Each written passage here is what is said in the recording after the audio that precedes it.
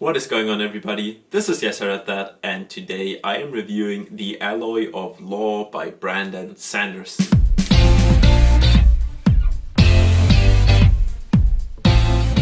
The Alloy of Law is the fourth book in the Mistborn series. Now, if you're completely unfamiliar with Mistborn, check out the review of the first book I made. Just a warning, I think this is actually the first review I ever made, and it's actually really bad, so yeah, maybe don't watch it. So, Mistborn 4. This is a completely different style. This book actually takes place 300 years after the first three Mistborn books, so it's kind of separate, but still in the same world. It is part of a whole new series. It's also called the Wax and Wayne series, if you've heard that before, and I know that I've heard this book thrown around a lot because, I don't know, Brandon Sanderson is just huge. And, well, I read the first three Mistborn books, but then I wanted a break, and I think that was actually really good, and these books are very disconnected, so yeah, the break definitely was awesome, and now I felt ready to come back after reading Skyward, which, by the way, really check that book out. I wanted more Brandon Sanderson, and I got it here, so let's jump right into the review. I'll start with a short story recap and then tell you my likes and dislikes and my score for the book. And afterwards I'm gonna talk like really short about spoilers. Alright, let's get to the story. So as I said, the book takes place 300 years after the first three Mistborn books, which means that everything is different. The setting is like in this industrialized time with trains, the first automobiles, like factories, and just this industrialization. We've got guns, so basically everything is different, but the magic system is still the same. Like, it's still the Mistborn world, but the entire setting completely changed. Our main character is Waxilium Ladrian, or just Wax. He's a lawkeeper out in the Roughs, and now the Roughs are like basically, the world is divided into two parts. The main one is Elendil, the city.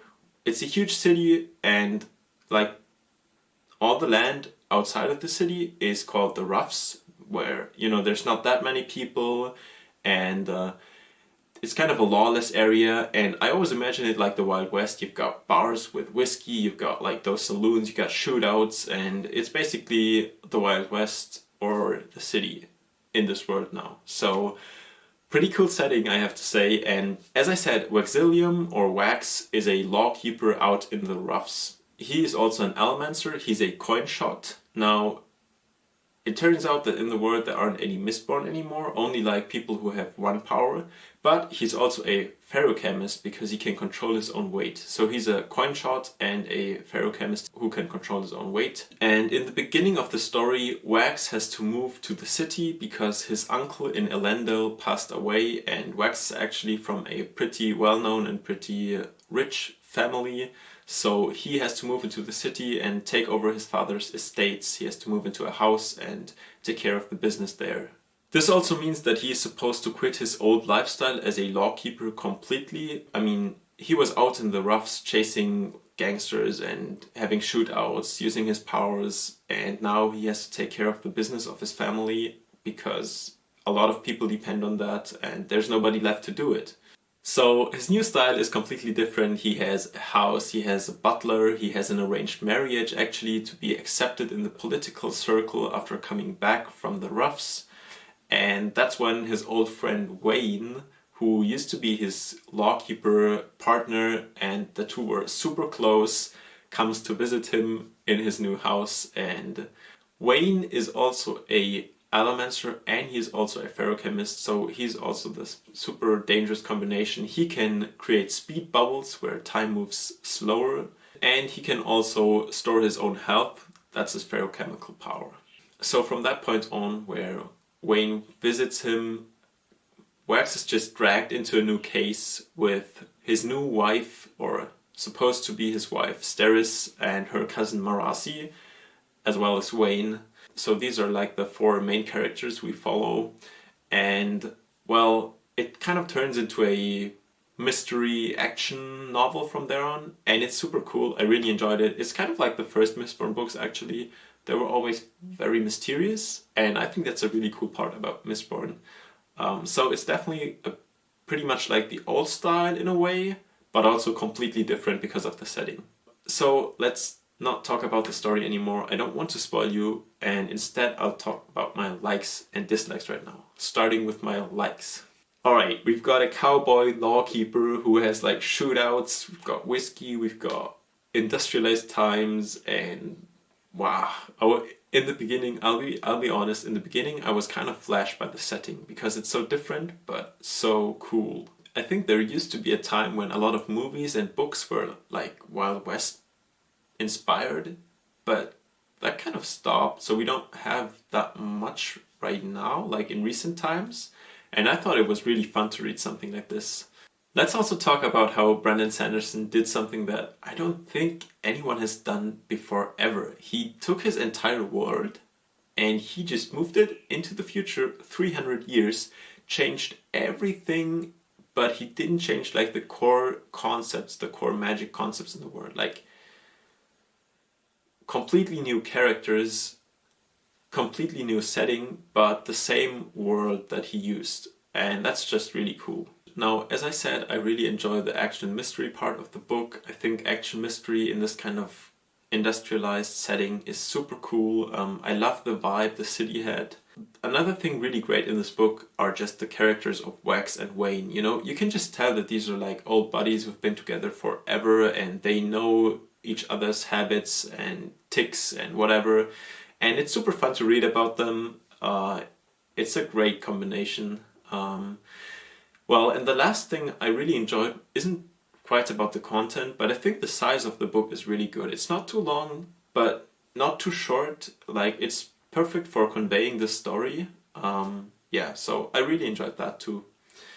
But now let's get to my dislikes. In my opinion, the book doesn't really stand too well on its own. So the first 3 Mistborn books you kind of should already know, or at least I think it's more enjoyable if you already know that.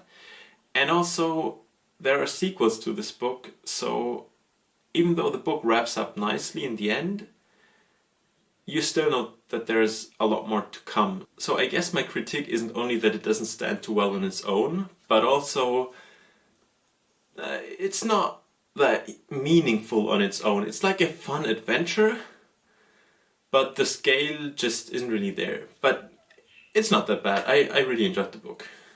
Okay, so let's get to my score. I gave this book a 7 out of 10. I think the book is really a fun read. If you like the setting, you can really get into it and have a lot of fun. But overall, it's kind of short. It's not that spectacular. It also hints that there's going to be more in the next books, which is cool, but this book on its own is fun and enjoyable, but not that huge. Like, that's how I felt. In my opinion, like, if you're a Sanderson fan, just read it and get it over with. If you aren't really a fan of him, or if you haven't read books by him, then definitely start with other books, Mistborn maybe, or Stormlight Archive, or even Skyward now. But yeah, if you like his style, then I think you'll really enjoy this book too. That's all I can say. And well, I'm gonna talk about a few spoilers now, not really a lot, but I want to talk about 2 things. So turn off the video if you don't want to hear those. Alright, so my spoilers. It's just a little something. The first thing that was kind of interesting, and it was talked about, but basically the atium is gone, and that was definitely the most overpowered metal of all of the metals. And I think, yeah, well, it's overpowered, but I think it also created some really creative and interesting combat scenes of how to counter it. I think Sanderson could do some great things with this metal in the new setting, so I don't know, I would be curious to see that happening in the next books. And also, there was this Mr. Suit, who is definitely more important than he was made to be, I think. So I'm curious, we don't even know who that is. Maybe he's someone like important in the city or something. So yeah, that's it from me. I hope you enjoyed this review. If you did, make sure to leave a like. If you read the book, please let me know what you thought down in the comments below. I'm always interested to hear opinions. And yeah, I'll see you in the next video. Till then, bye!